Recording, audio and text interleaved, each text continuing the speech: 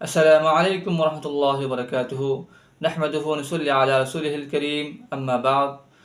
সম্মানিত সুধী, আজকে আমরা আল আগলাতুস সারিআ প্রচলিত ভুল এই যে কিতাবটি মাওলানা আব্দুল মালিক সাহেব হাফিজাহুল্লাহ তাআলার লিখিত, এই কিতাবটি থেকে একটি মাসালা বর্ণনা করব ইনশাআল্লাহ তাআলা।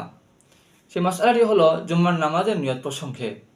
আমরা অনেকেই সেই নিয়তের সঙ্গে পরিচিত আছি, অনেকেই হয়তো বা পড়ি। তো এই নিয়ত সম্পর্কে কিছু কথা ইনশাআল্লাহ আপনাদের সম্মুখে আলোচ করব। সেই নিয়তটি হচ্ছে নাওয়াইতু আন উসকিতা আন দিম্মাতি ফারদাদ যুহরি বিআদাই রাকাআতাই সালাতুল জুমআতি ফারদুল্লাহি তাআলা ইক্তাদাইতু বিহাদাল ইমাম মুতাওয়াজ্জিহান ইলা জিহাতিল কাবাতিশ শরীফাতি। অর্থাৎ আমি জুম্মার 2 রাকাত নামাজের মাধ্যমে জোহরের নামাজের ফরজ নামাজের জিম্মা আদায় করার নিয়ত করতেছি এবং আমি ইমামের পিছনে ইক্তাদা করতেছি। এই যে নিয়তটি, এই নিয়তটি কুরআন সুন্নাহর মধ্যে কোথাও পাওয়া যায় না। দ্বিতীয়ত, এই নিয়তের মধ্যে একটি বাক্য রয়েছে উসকিতা আন দিম্মাতি ফারদাজ যুহরি, যে আমি জুম্মার মাধ্যমে জোহরের ফরজ নামাজের আদায় করার নিয়ত করছি। এটা অত্যন্ত ভুল একটি কথা। কারণ হচ্ছে জুম্মা যার উপর ফরজ তার উপর কিন্তু জোহর ফরজ নয়।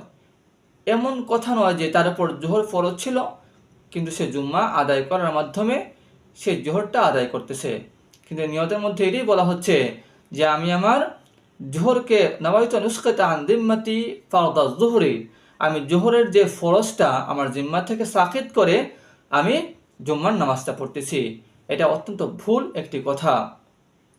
বস্তুত প্রত্যেক নামাজের মতোই যে জুম্মার নামাজের নিয়তটা মনে মনে এইটুকু সংকল্প করলেও চলে যে আমি জুম্মার ফরজ নামাজ পড়তেছি, 2 রাকাত নামাজ পড়তেছি, এটুকুই তার জন্য যথেষ্ট।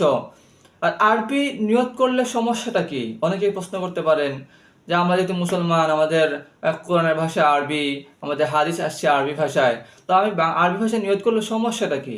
হ্যাঁ, সমস্যা অবশ্যই আছে। কারণ নিয়ত অবশ্যই কোরআন হাদিসে আরবি নিয়তটা সাবিত নেই। আমরা যে প্যাটার্নে পড়ি নাওয়াইতু আন উসাল্লিয়া লিল্লাহি তাআলা, এই প্যাটার্নে কোরআন হাদিসে এই নিয়তটা সাব্যস্ত নয়, সহিহ অথেন্টিক হাদিসের মাধ্যমে সাব্যস্ত নয়।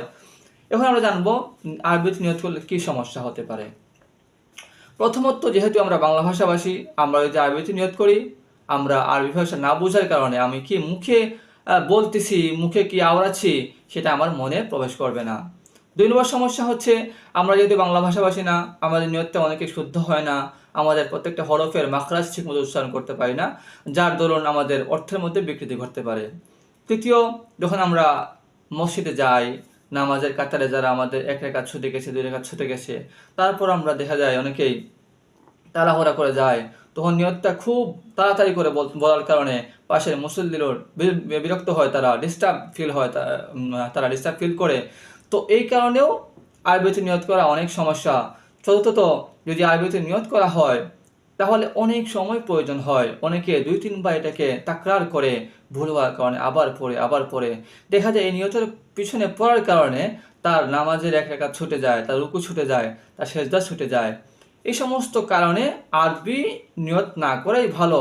মনে মনে শুধু এইটুকু নিয়ত করবেন যে আমি এখন জোহরের 4 রাকাত ফরজ নামাজ ইমাম সাহেবের পিছনে পড়তেছি, জাস্ট মনে মনে এইটুকু চিন্তা করবেন, তাহলে ইনশাআল্লাহ যথেষ্ট হয়ে যাবে। আল্লাহ রাব্বুল আলামিন আমাদেরকে এই সম্পর্কে সঠিক জ্ঞান দান করেন। আমিন। ওয়া আখিরু দাওয়ানা আলহামদুলিল্লাহি রাব্বিল আলামিন।